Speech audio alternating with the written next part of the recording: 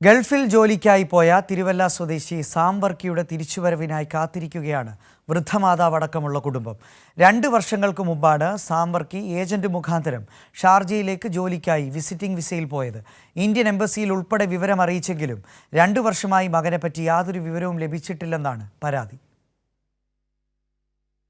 മകൻ തിരിച്ചെത്തുമെന്ന പ്രതീക്ഷയിലാണ് 74-കാരിയായ സാറാമ വർക്കിയുടെ ജീവിതം. വിധവയായ അമ്മയ്ക്ക് തണലാകേണ്ട മകനെപ്പറ്റി 2 വർഷമായി യാതൊരു വിവരവും ലഭ്യമല്ല. 2023 മെയ് മാസമാണ് സാം വർക്കി ഷാർജ അജ്മാനിലേക്ക് പോയത്. സാം അജ്മാനിൽ എത്തിയ ശേഷം 1 മാസത്തോളം കുടുംബവുമായി ബന്ധപ്പെട്ടിരുന്നു. എന്നാൽ പിന്നീട് സാമിനെപ്പറ്റി കുടുംബത്തിന് യാതൊരു വിവരവും ലഭ്യമായിട്ടില്ല.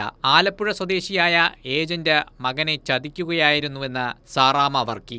പ്രീവിയസായിക്കാ രൂപ ഞാൻ കൊടുത്തത്. പക്ഷേ കൊടുത്തത് വിസിറ്റിങ്. അവനെ അവിടെ കിടന്ന് അവന് ജോലിയില്ല, അവിടെ ചെന്ന് പട്ടിണി കിടന്ന് ഒരാഴ്ച താമസിക്കാനുള്ള സൗകര്യം കൊടുത്തു. പിന്നെ ഭക്ഷണമില്ല അവന്. പിന്നെ നമ്മൾ ഇവിടുന്ന് രൂപ അത് കഴിഞ്ഞ് പിന്നെ അവന്റെ വിവരമില്ലാത്തത്. നമ്മൾ ഇവിടുന്ന് പൈസ അയച്ചു കൊടുത്തവന് 2 പ്രാവശ്യം.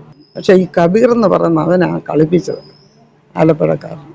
ഷാർജയിലെത്തിയ ശേഷം സാമിന്റെ നിർദ്ദേശപ്രകാരം ഒപ്പം താമസിച്ചിരുന്ന മറ്റൊരു മലയാളിക്ക് കുടുംബം 2 തവണയായി പണം അയച്ചു കൊടുക്കുകയും ചെയ്തിരുന്നു. പണം കൈപ്പറ്റിയാണ് ഏജന്റ് സാം വർക്കിയെ ഗൾഫിൽ എത്തിച്ചതെന്ന സഹോദരി സനു.